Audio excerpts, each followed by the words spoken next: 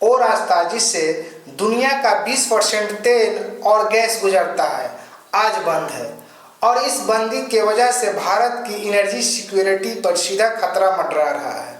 बात हो रही है स्ट्रेट ऑफ होर्मुज की, तंग समुद्री दरवाजा जिसे ईरान ने अमेरिका इजराइल के साथ जारी युद्ध के बीच इफेक्टिवली बंद कर दिया है।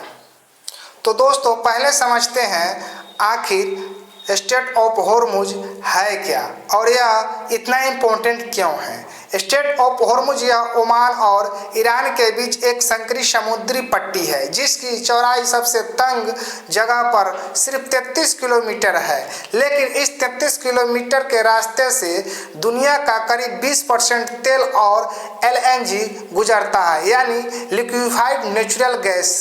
हर दिन लगभग 17 से 18 बैरल्स ऑफ ऑयल इसी रास्ते से होकर दुनिया भर के देशों में पहुंचता है। Saudi Arabia, UAE, Kuwait, Iraq, Qatar, इन सभी गल्फ देशों को तेल और गैस इसी रास्ते से एक्सपोर्ट होता है। अब सोचिए यह रास्ता अगर बंद हो जाए तो क्या होगा। ग्लोबल ऑयल प्राइस आसमान छूने लगेंगे, दुनिया में महंगाई बढ़ेगी, शिपिंग लाइन्स ठप हो जाएंगे और यही हो रहा है आजकल। ईरान US इजराइल युद्ध के वजह से ईरान ने इस रास्तों को प्रैक्टिकली बंद कर दिया है। कमर्शियली वेसल्स पर हमले हो रहे हैं, टैंकर्स रुक गए हैं, दुनिया परेशान है। 1 अप्रैल 2026 को UK के प्राइम मिनिस्टर केयर स्टारमर ने एक प्रेस कॉन्फ्रेंस में बड़ा ऐलान किया है। उन्होंने कहा है कि UK foreign secretary vital Cooper एक वर्चुअल मीटिंग रखेगी जिसमें 35 देश हिस्सा लेंगे। इस बैठक का मकसद था स्ट्रेट ऑफ होर्मुज को दोबारा खोलने के लिए वाइड डिप्लोमेटिक और प्रैक्टिकल मेजरमेंट तलाशना। और स्टारमर ने कहा, और मैं कोट करता हूँ, यानी फंसे हुए जहाज़ों को निकालना, नौकों की सुरक्षा और वाइटल कमोडिटीज की आवाजाही फिर से शुरुआत करना। UK के फॉरेन सेक्रेटरी वाइट कूपर ने मीटिंग के शुरुआत में ही ईरान पर सीधा हमला बोला। उन्होंने कहा है कि ईरान ने एक इंटरनेशनल शिपिंग रूट को हाईजैक करके ग्लोबल इकोनॉमी को होस्टेज बना लिया है। 35 देश ने कौन कौन शामिल है? UK के साथ France, Germany, Italy, Japan, Canada और UAE प्रमुख देश में थे। इन सभी देशों को एक ज्वाइंट स्टेटमेंट पर साइन किए जिसमें ईरान से मांग की गई कि वो स्टेट को ब्लॉक करने की कोशिश बंद करे। और इस बैठक में 35 से बढ़कर 60 से ज़्यादा देश वर्चुअली शामिल हुए, जो दर्शाता है कि यह संकट कितना बड़ा है। लेकिन एक बड़ी गैर हाजिरी रही, अमेरिका इस बैठक में नहीं आया था। डोनाल्ड ट्रंप ने अपनी ट्रूथ सोशल प्लेटफॉर्म पर लिखा, जो देश हॉर्मुज से तेल मंगाना चाहते हैं उन्हें खुद खोलने की कोशिश दिखानी होगी। अमेरिका अब हमेशा वहां नहीं रहेगा। ट्रंप का संदेश साफ था, अमेरिका स्ट्रेट ऑफ हॉर्मुज को लेकर किसी और की लड़ाई नहीं लड़ेगा।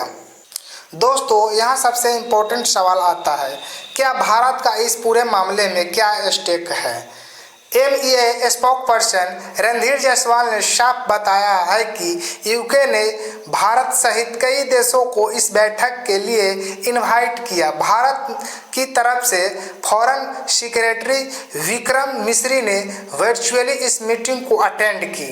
विक्रम मिस्री ने में क्या कहा, उन्होंने इंटरनेशनल वाटरवे में ट्रांजिट के प्रिंसिपल की अहमियत पर जोर दिया। उन्होंने भारत की एनर्जी सिक्योरिटी पर इस संकट के इम्पैक्ट की बात की।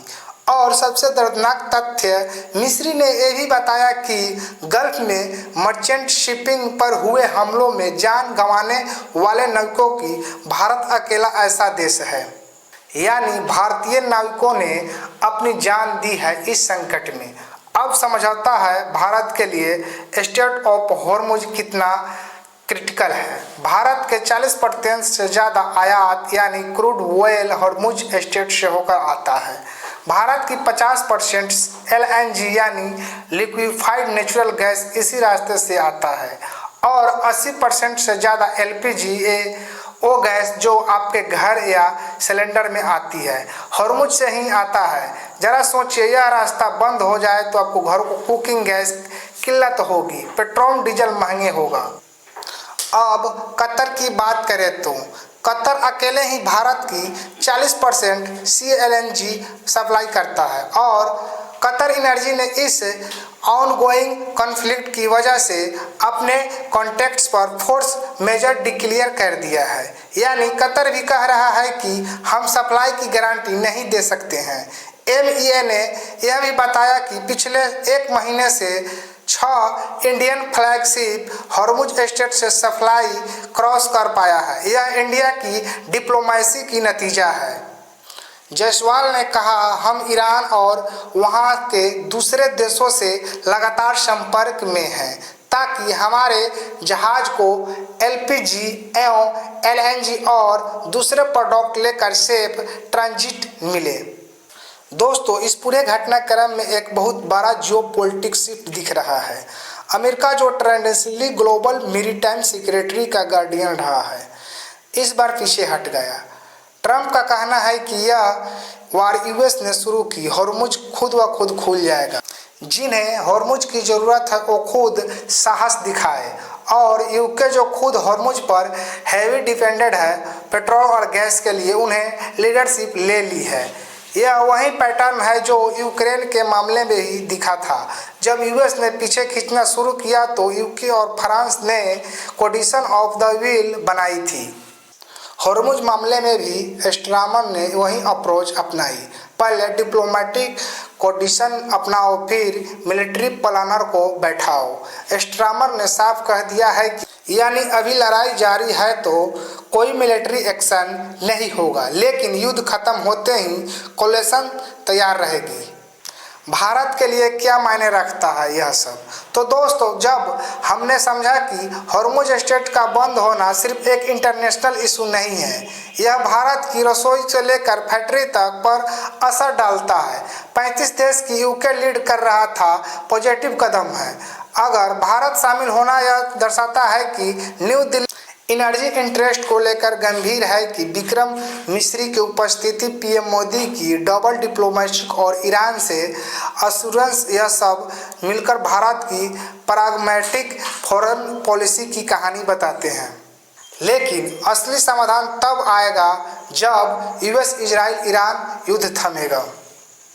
जब तक लड़ाई जारी है हॉर्मुज पर अनसर्टेनिटी बनी रहेगी। भारत को अपनी एनर्जी सिक्योरिटी के अल्टरनेटिव रूट को और रिजर्व पर ध्यान देना होगा। यह वो समय है जब भारत की डिप्लोमेसी और स्ट्रेटजिक प्लानिंग की असली परीक्षा है। अगर यह वीडियो इन्फॉर्मेटिव लगे तो द उड़ान 9.0 चैनल को सब्सक्राइब करें। तब तक के लिए मैं संतोष, जय हिंद।